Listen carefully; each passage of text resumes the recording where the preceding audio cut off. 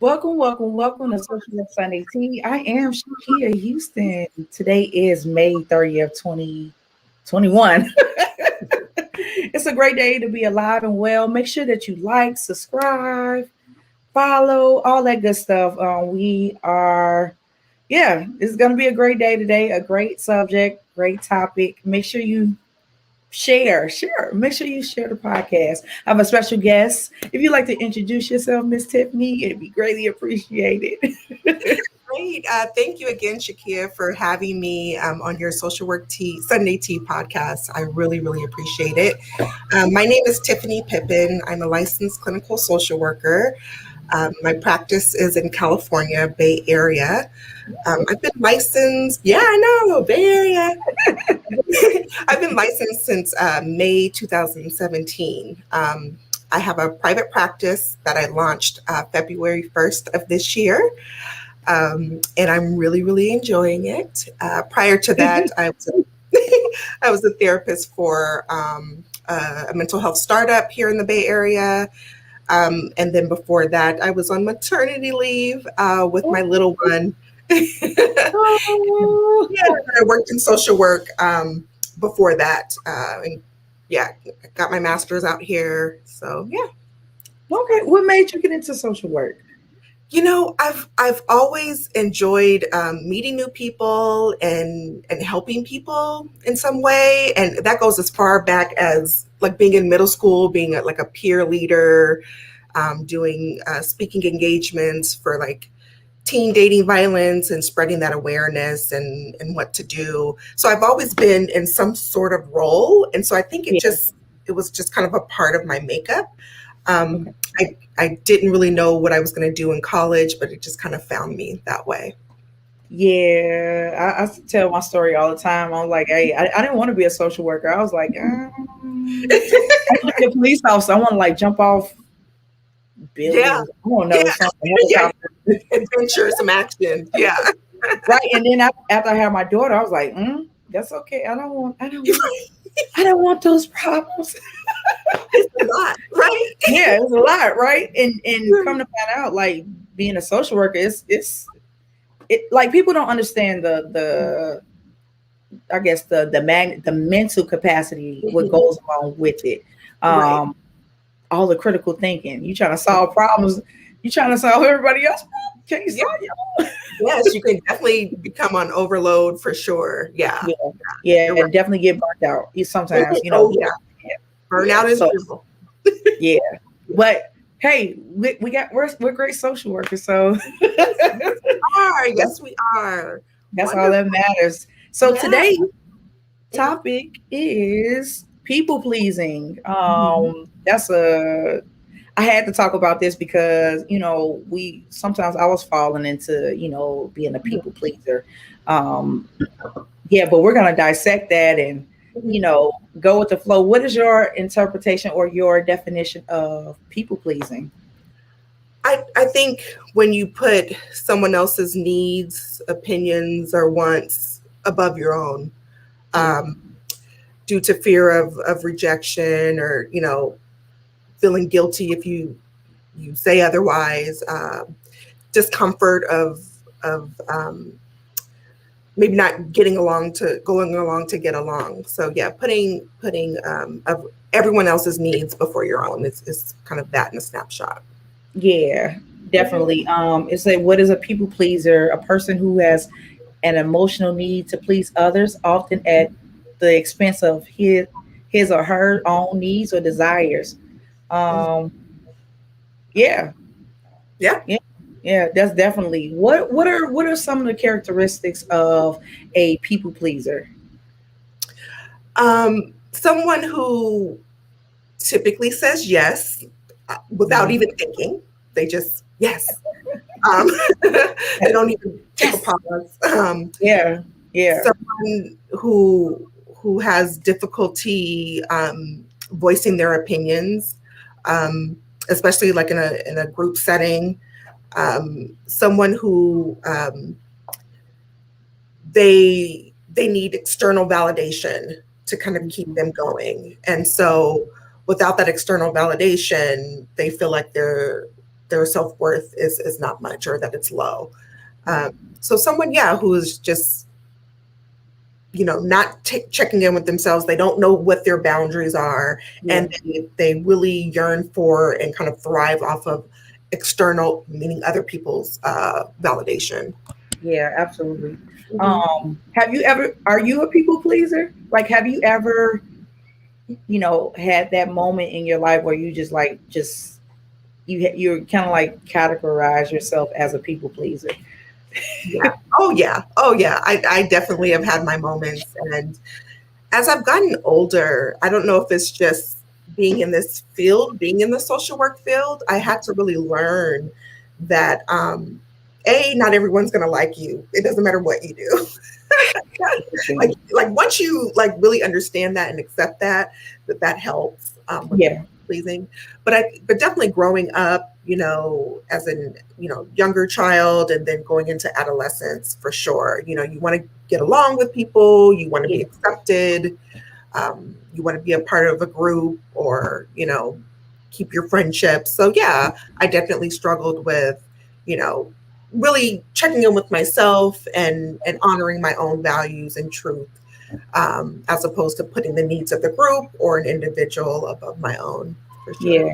Yeah, I just a testimony. Like I dealt with that. Like I battled with that a long time, just so I can be able to meet the needs of other people.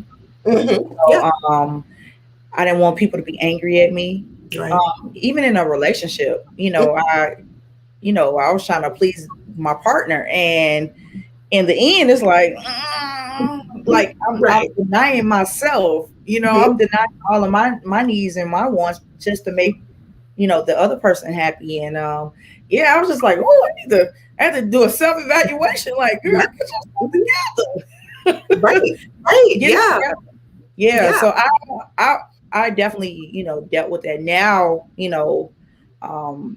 getting a little bit older, I'm understanding like, hey, I can't please everybody. I can't fall into or subject myself to make people feel comfortable when I'm uncomfortable. That's definitely even with family, friends, I'm like, wait a minute. And people like when you give them an inch, they take the whole time. Right. Yeah. So some of the signs that you recognize in the signs, you said some of them. You need others to like you. Yeah, to like you, or you really thrive off of getting praise from other people. And as human beings, yes, we all enjoy a compliment or two, or praise. But I think when that's all that's keeping you going, then it's going to be really difficult, I think, to check in with yourself and really honor your needs above others and set boundaries. Yeah. Another one, it's hard for you to say no. Yeah. That was a big thing for me. I don't want to tell people no, like and even now, like sometimes like, oh no, but then it kind of like click on, like, okay, no, I ain't gonna do that. I'm not available. Thank you for thinking of me. I'm not available. Perhaps next time. So there's a way, I think, to say no or use your voice that oftentimes when I'm having this conversation in sessions, it's more about, I don't want to be aggressive. I don't want to have to confront. And it's not about confronting people. It's really about communication. But I think when you're not checking in with yourself, you don't know what your own boundaries are. For some people, they don't know. It's really easy to get yourself in situations that maybe you don't want to be in, or you spoke too soon, you didn't check in with yourself, you didn't give yourself time to answer truthfully. And so, that happens a lot. Another one, you apologize or accept fault when you're not the one to blame. That need to rescue people, or the need to really kind of try to control kind of how they're doing, or whatever they're emotional state is. And so Yeah. putting the blame on oneself is to take that away from the other person. So it's my fault. Yeah. And even when maybe clearly it isn't, but to have someone be uncomfortable, it's easier to kind of put it on yourself. Yeah. Yeah, definitely. I fall guilty of that. And knowing doggone well, I didn't do nothing. Like, like Mhm. Yeah. it's a struggle. And it's like, okay, you try. And then for this particular person, you, you say, okay, it's my fault. But then it's like, well, it's both our fault, or it's just a whole twist. Yeah. It's just like, come on now, like I'm admitting to it, but you still coming home and then in on me. Like I just Right. Yeah. Yeah, So, and perhaps you're admitting to something that is not even true, Yeah, So, I'm admitting to it. Like, okay, because I just don't have the energy or the drive to argue, or yeah. and then when I'm communicating, they're like, well, this and that. I'm like, look, okay, the end. Well, and like, I'm done with it. yeah.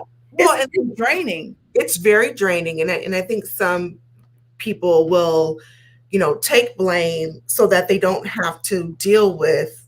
They can avoid the arguing or someone else's discomfort. Yeah.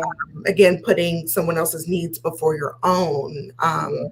And so one thing that I talk about, in my practice is sitting with that discomfort. Yeah. Possibly, upsetting someone or disappointing someone, because logically we know we can't please everyone. Right. But sitting with your own discomfort in that, and doing some self-care around that, because eventually it will pass. But if we're so used to avoiding it at all costs by people pleasing, then you don't even allow yourself to even experience that discomfort. It's like you try to like cap it before it can even come. Yeah. And we are going to continue to, make ourselves uncomfortable to make others comfortable. Yeah, like sometimes yeah, sometimes detriment, right? Yeah, definitely. It causes trauma too, because it's like every relationship or interaction you have with people, you're like, okay, I'm just trying to please. Okay, well, I don't want to have an argument. I just want to, I want everybody to like me, and it's like, for what? Like people gonna do what they want regardless. They're gonna think how they think regardless. So it's like, why am I putting so much stress and pressure on myself? For what? So yeah. So another one, you're quick to agree even when you really don't agree. Yeah, and that's to avoid that discomfort of, maybe ruffling feathers or not going along to get along, really not feeling like your opinion is valid or purposeful or enough.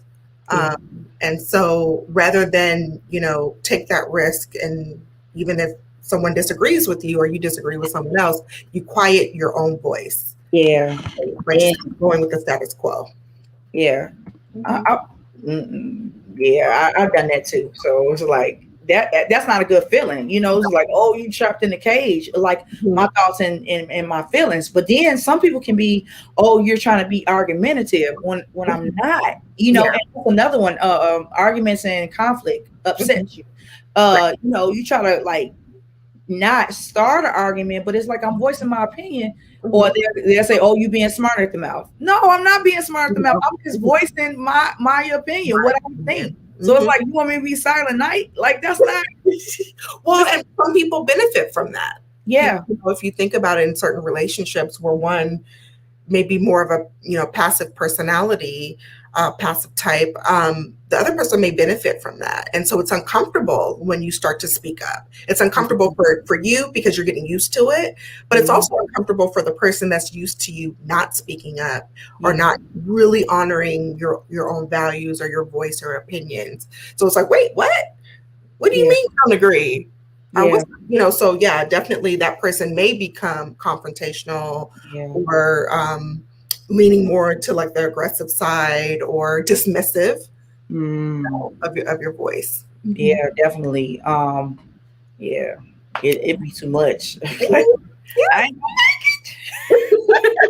it just become like, oh, just and a lot of when you try to avoid that, you just stop talking, because you always and you pretty much shut down too. Right. Okay, so anything that I say is going to be an argument. Mhm. Anything I do is going to be something. So why even say anything? And then they turn around and be like, "Oh, you're not talking to me." You know what I mean? I'm Yeah. like, It's like, well, if when I talk and I speak my own truth, then it's a problem. And then I go a step further, typically in my work with people is, and then why are we with this person?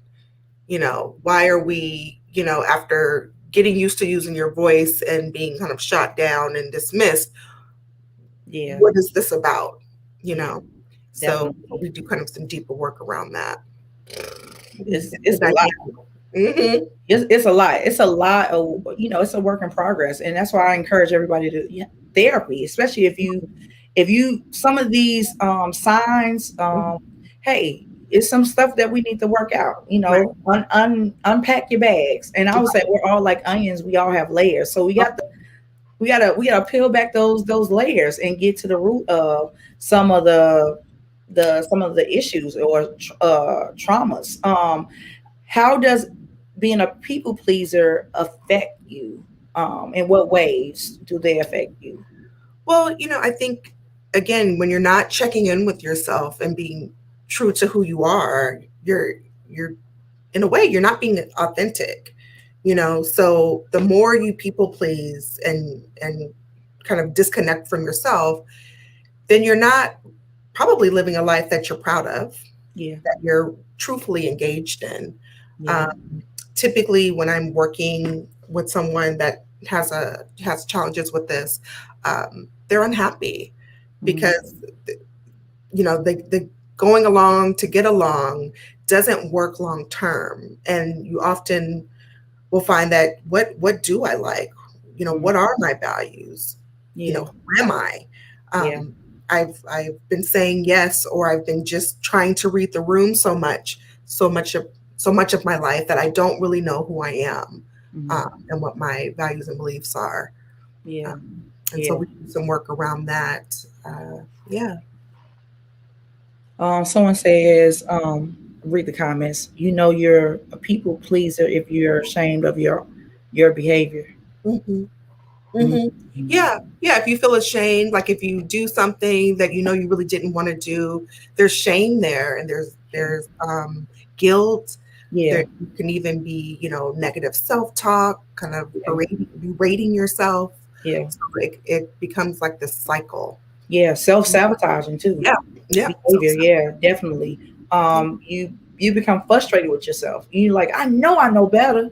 Right. I know better. Yeah. And you start to resent yourself. I hmm know I have. I'm not gonna lie about it. Yeah. I start to resent myself. Like, I know I don't want to do this, or I know I don't want this, hmm but I continue on to keep going, going and going and going. Like, I just, hmm yeah, something gonna have to give, Yeah. So, Yeah. It's like taking that leap of faith to honor yourself. yeah, absolutely. And then people Important. may feel they're being taken advantage of.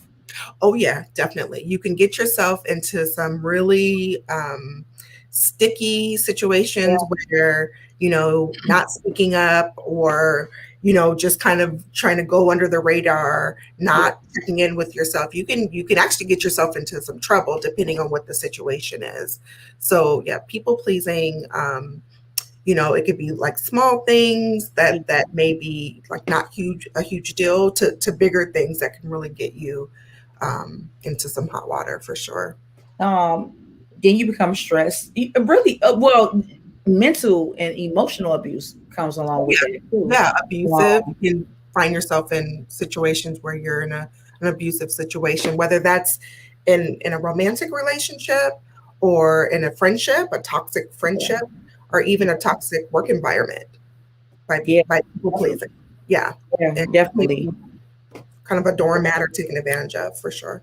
Yeah, absolutely. You get stressed and you get burnt out too. hmm Um, hmm you get tired of yourself. Yeah, you get tired of yourself. Yeah, you're just because you're not living Yeah, your own truth. You're not checking in with yourself. You're kind of just whatever the group wants to do, whatever's expected of me, whatever someone wants to do, I'm just kind of on autopilot. And yeah, it's just not a healthy way to live.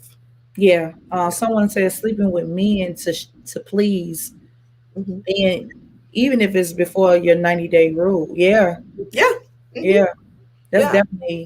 definitely yeah, just to please or get that validation. Like I want you Right. to like me, Yeah. or yeah, I definitely. want you to want me. I want you to desire me and spend Yeah, time with me. yeah, So perhaps I will, not adhere to my own boundary regarding absolutely. sleeping with someone sooner than I would feel more comfortable doing. And so that is definitely something that happens. Yeah. Yeah, that was good. That was real Really good. good. Hmm. Yeah, definitely. Where does people pleasing, where does that come from? Where does that stem from? Where the root of all of this? All that root. Yeah, Yeah. that So root. this Where stuff that I come love. from? Yeah. What causes someone to people please? It typically, one of the ways it starts is in our childhood. Hmm. Think back to when you were really young and whoever was caring for you. So your caregivers, whether it's parents, grandparents, aunts and uncles, babysitters, even teachers, um, you know, children are taught pretty quickly. They catch on pretty quickly. Like if I'm a good boy or a good girl, this is the response I'll get. If I'm naughty or bad boy or girl, this Yeah. is the response I get. So depending on the type of emotional reaction from your caregivers, children will start to adapt to that. Hmm. And then it goes on as you get older. So it really starts in the home Yeah. when children are younger. So you want to work as a parent to, yes, you're parenting your child. Obviously, you don't want them to get hurt, but really explaining why, giving that Yeah. um, why you're saying this, not just erupting in anger. Because as children, they're going to be afraid. So Yeah. if I'm afraid, then I am going to try to toe the line. If I'm Mm. afraid of you, I am going to do whatever you tell me to do. I am not going to even check in with how I feel. Yeah. And as you get older and you're still kind of living life that way, you can see how Yeah. you can be an adult and be fearful of someone being upset with you or disappointed with you. Yeah. Um, so I think the root starts in the home. Yeah. Right. I know Cindy on the live, but that's adverse childhood experiences, Mhm. from childhood, and now you're an adult, and you're just like, oh my Yeah. God, now you need that sense of validation. You need that. I need somebody to Mhm. validate me, Oh, and for sure. Hmm. yeah, but definitely checking in with how you feel. Absolutely. Yeah, checking Absolutely. in with how you feel. Um, and another way, in terms of the root, is that desire to avoid conflict at Mhm. all costs. So even though I may disagree with you, I don't, like we said earlier, I don't want to argue. Yeah.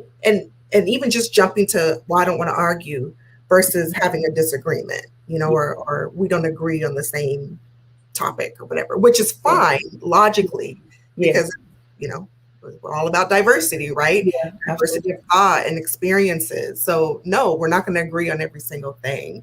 But Right. when it's uncomfortable with that the thought of a disagreement is uncomfortable. So then they bypass that by just saying yes. Yeah.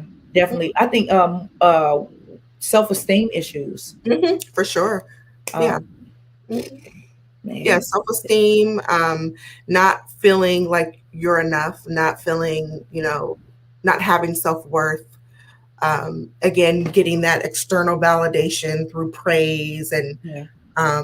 people patting you on the back or being recognized. You see that a lot in the workplace, like really needing that external validation to feel like you're enough, even in the job that you're doing. Um, you see that in romantic relationships as well. Yeah. Self-esteem low, so Yeah. kind of. And sometimes the person that you're with, they can see that you have Oh low yeah. thing, Hmm. and they thrive off of that. Like, Oh yeah. especially if you're a people pleaser, Yeah. and they see that, like, oh, Hmm. let me go ahead and put my foot on the gas and Yeah. keep going, and I think they play off of that, your self-esteem, you not feeling up to par, or you not feeling good enough. Yeah, they thrive off that because they have their own insecurities themselves, Right. and I've seen that happen before. And Hmm. I think more so, you try to please, please, please, please, please. Hmm. You deny every bit of part of you, and then also the fear of rejection. Oh yeah, you can really lose yourself with people pleasing.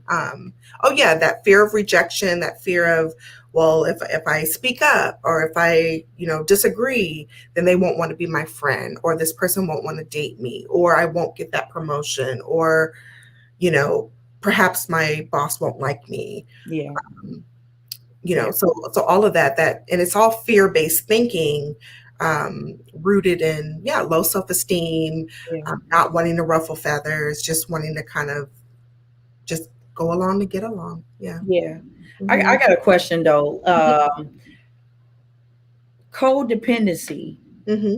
and codependent and people pleasing, are Hmm. they like the same or they're different? Yeah, they're the same in some ways, but different in other ways.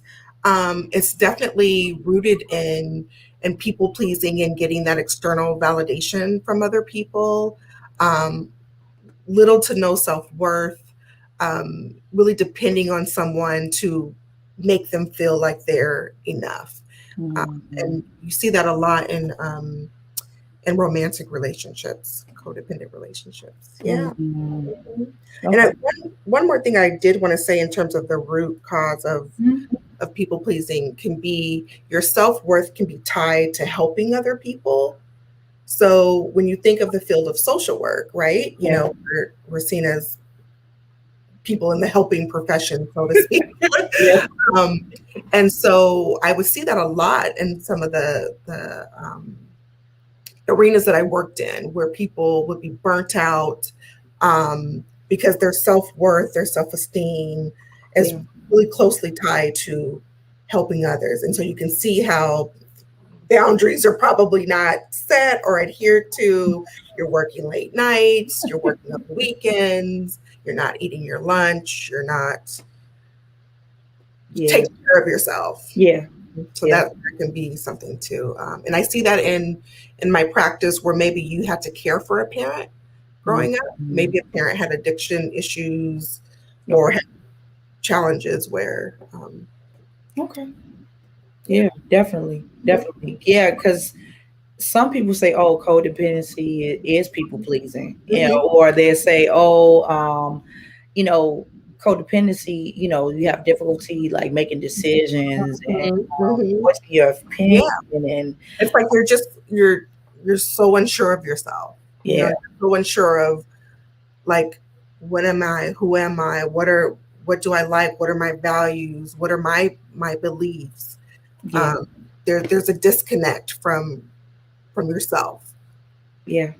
So this is awesome. What is the like? How can we overcome, or how can we kind of like draw the line in the sand as far as being a people pleaser? Because Yeah. just trying to help the people, like um, I can say a lot, but I'm not. But I ain't gonna say No, that. it's I want to say good. what I really want to say is, but I'm not gonna go there. But I don't go into That may deep. work as well. Right. Right? Let me That get may that. work as well. Listen. Um, Look, I don't own the trademark on how to stop people pleasing. However, things that you can do first, it starts with the individual, right? So it's less about other people. It's Yeah. less about your family member, your significant other, Yeah. your colleague, your supervisor, whatever. It's about you. And so first, checking in with yourself, and this doesn't mean check in once. This Yeah. means start Yeah. assessing yourself. Start asking yourself questions of, what am I comfortable with? Yeah. What do I value? What's important to me? Mm. And so kind of starting at that foundation. And so this takes time. I usually recommend doing some journaling. I'll often give people prompted questions to spend time outside of session working on this. Yeah. So that's like step number one, like being honest with yourself. Because if you can't be honest with yourself, you're going to have a difficult time being honest with other people, speaking your truth. Yeah. Right? Yeah. The second one is acknowledging your needs. What's important to me? What is it that I need? Yeah. And being honest, having that kind of conversation with yourself in those quiet moments. Yeah. And then learning how to say no nicely. That's the part typically that people get squirrely about, is the no part. Yeah. Yeah, definitely. Someone said, I've got this really strange feeling in my gut if I were to do this. So out of respect for my body, what my body is telling me right now, I'm going to pass on this activity. Seriously, it's me, not you. I hope you can respect my decision. I'm trying to picture the look on someone's face if I was to ever use that line above. That's it. Yeah. The feeling in your body, that discomfort. Yeah. It's because we've been trying to quiet that discomfort by not upholding any kind of boundary. Yeah. So typically, when we talk about root cause, you can kind of link that back to where that feeling first started. And typically it's in your younger years. Typically. Yeah. So learning to sit with that discomfort versus avoiding it. Yeah. Because when we avoid it, that's when you just kind of, no boundaries. I don't want to ruffle feathers. I don't want to argue. I don't want to see the look of disappointment or anger on someone's face. So I'll quiet it. Yeah. Yeah. And definitely, I more so setting those boundaries. Like boundaries, I had to set some boundaries a couple of days ago. But good for you. Listen, I just can't. Like, you have to, because they'll walk and run. People will walk and run all over you. And I think that if they can't respect that, then you gotta respect that. I ain't gonna fool with you. This is what this is. And I think people I make it clear on how I feel. I'm not gonna lie or sugarcoat, because and in my phase of people pleasing, I was scared to tell people how I felt. Like, I don't want them to look at me a certain way. Now I'm like, so Miss Tiffany, I'm so free now. Like, there you go. I really don't care. I care what my grandparents think, to a certain extent, but right. But yeah, but I have boundaries to a certain extent. Yeah, to a certain extent. But I really, like, I'm so free. I'm so free right now. Like, I just, like a bird. I don't want that dead weight. And that's exactly what that is. Me trying to please this person or get validation from this person or do this. And then, I don't want to be bitter or stubborn, you know what I mean? And what I feel, and, they're not going to do this for me if I do this. Like, God supply, that's how I feel. Like, God gonna supply. If you want me to have it, you give it to me, and that's my take on it. And I think a lot of people will be freed up, the weight will be lifted if they would, wouldn't care about what people say all the time and try to please them. A lot of people, they try to please people because of the image, because they don't want that image. Yeah. They don't want to be portrayed as this, or I don't want to be looked at in a certain light. You know what I mean? Like, I don't know. Like, I don't think it's part of a people pleasing. Like, I was married before, so I got married. I was like 20 something. But my mother, hey, Mom, if you don't hear, but she told me, like, you don't have to get married. You don't have to get married if you don't want to. I'm like, no, I think I need. But in the back of my mind, I'm like, no, I think it was the image, because I didn't want to create. Okay, I didn't want to have a baby out of wedlock. It was just all about image. And so now that I look back, I'm like, girl. And you mentioned it, like in the back of your mind, something said, don't do it. Well, but I quieting, should listen today, huh? yeah, but quieting that voice and that Yeah, discomfort of not having the image. So there's yeah, going to be discomfort there if yeah. you. I was definitely like, I thought that was the right thing to do because I was so young. I was in love. Ain't nobody tell me nothing. Yeah. But in the back of my mind, I know there was guys like, no, don't do that. You know what I mean? Yeah, like And I stop, definitely did stop. Yeah. Stop. cut the So cord. it's like, be quiet. But it was, I'm doing this because I want to have that image. yeah. Despite maybe I how I don't want feel that. inside. Yeah, Yeah. definitely. So that was like, oh my God, I'm afraid of what people might think. And a Mhm. lot of people probably married because of the image. Mhm. I don't want people to perceive Yeah. me as and hit look at you Yeah. unhappy and disgruntled and frustrated. You know what I'm saying? It just don't make sense. Like, and the people that, you know what I'm saying, they're telling you, oh, you need to do this, do that. They not even happy themselves. So I don't know who that's for, but yeah, like I just can't live like that. Like I'm so free. Like Well, I'm and like, oh, what may all right, but I had to get to that level.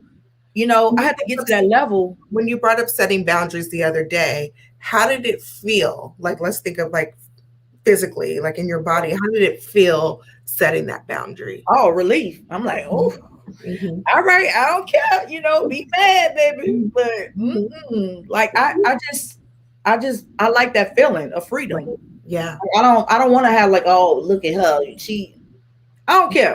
Doesn't matter. It Yeah. doesn't matter. They talked about Jesus, so surely they're talking about. That's a good way to look. They talked about Jesus, so what makes you think they won't talk about you?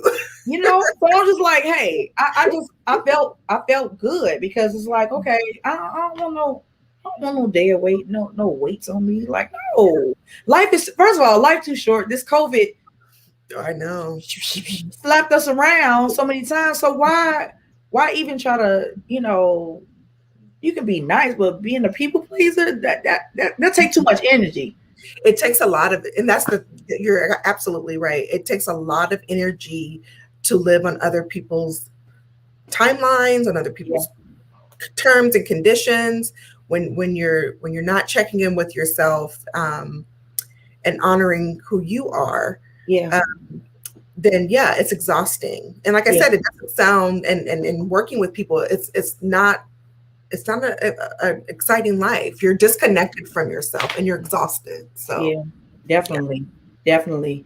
But yeah, this people pleasing. I'm encouraging everybody to, seek out a therapist to, unpack and unlayer that onion.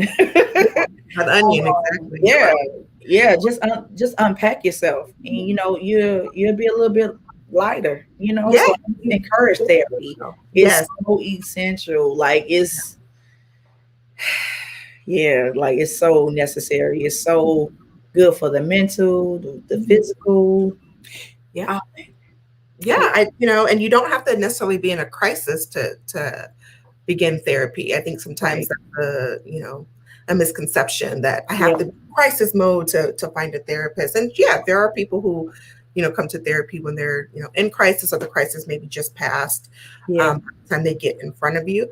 But yeah, there are people who want to work on some things or unpack some things that they've learned in childhood. They're not necessarily in crisis. So. Yeah, definitely. And it changed your outlook on life and how you think. Your mindset.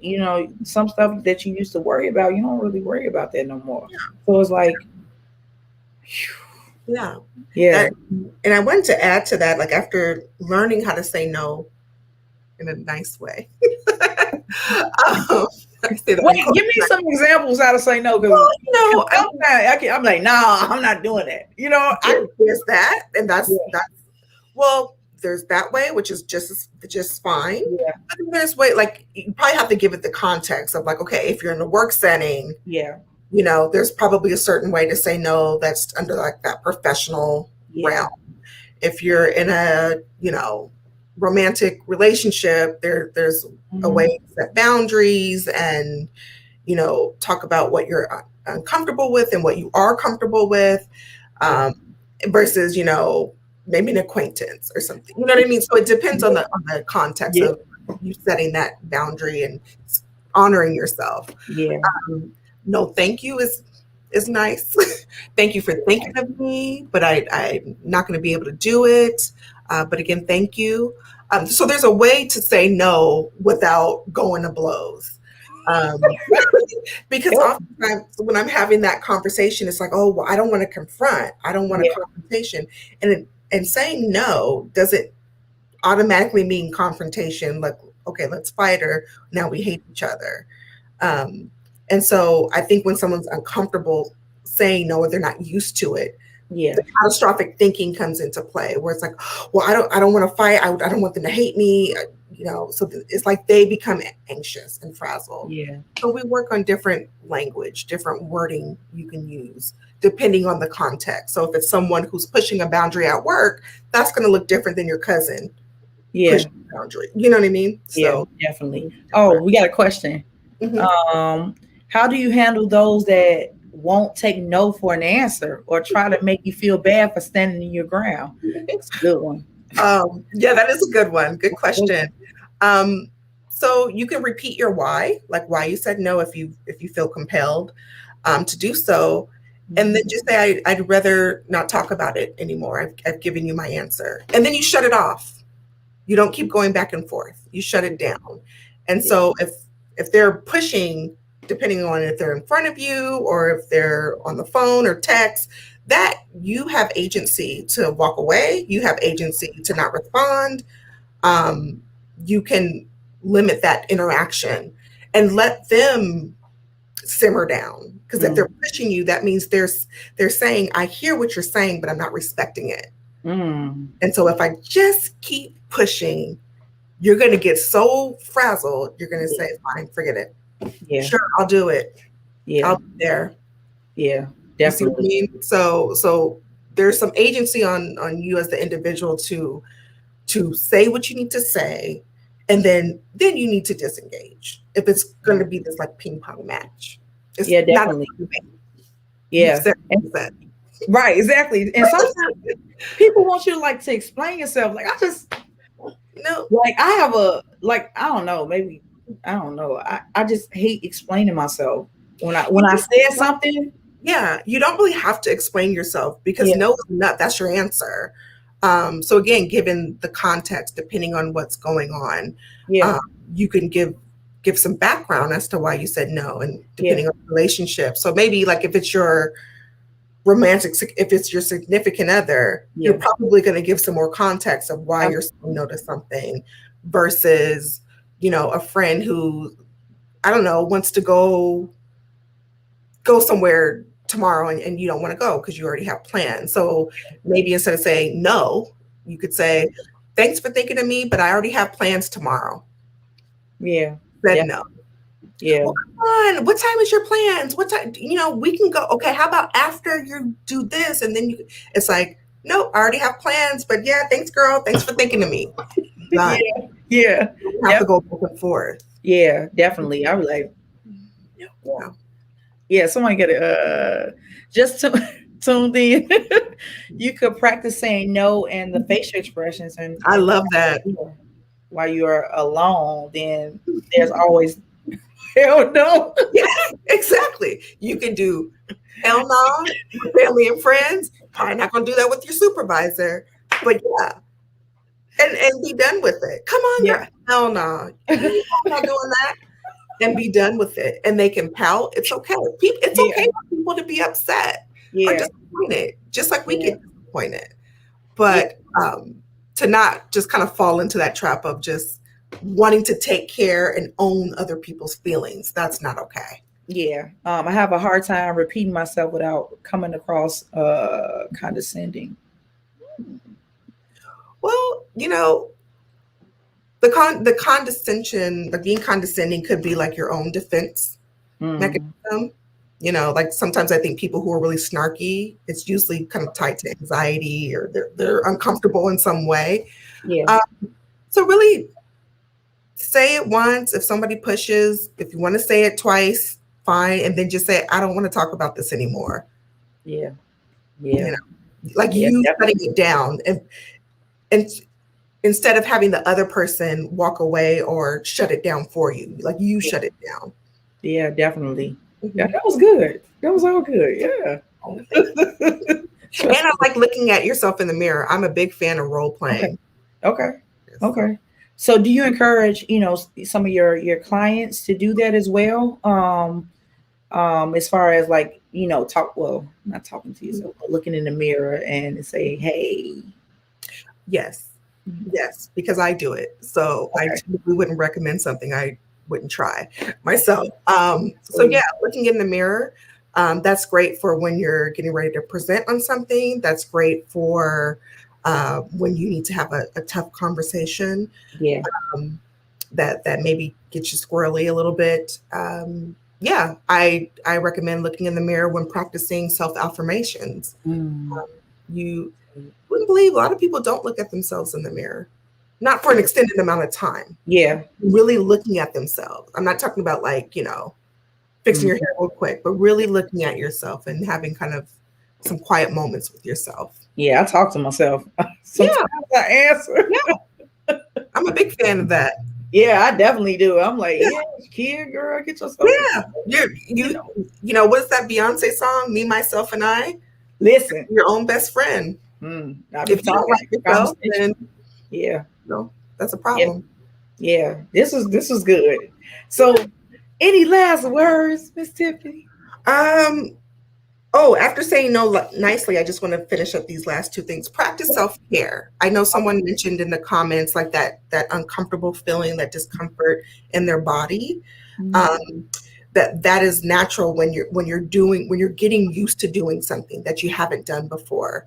yeah. Um, you're going to be physiologically uncomfortable. Yeah. So that's when you want to practice some deep breathing.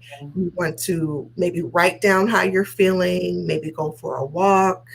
Um, just kind of sit with yourself and let that discomfort pass. Yeah.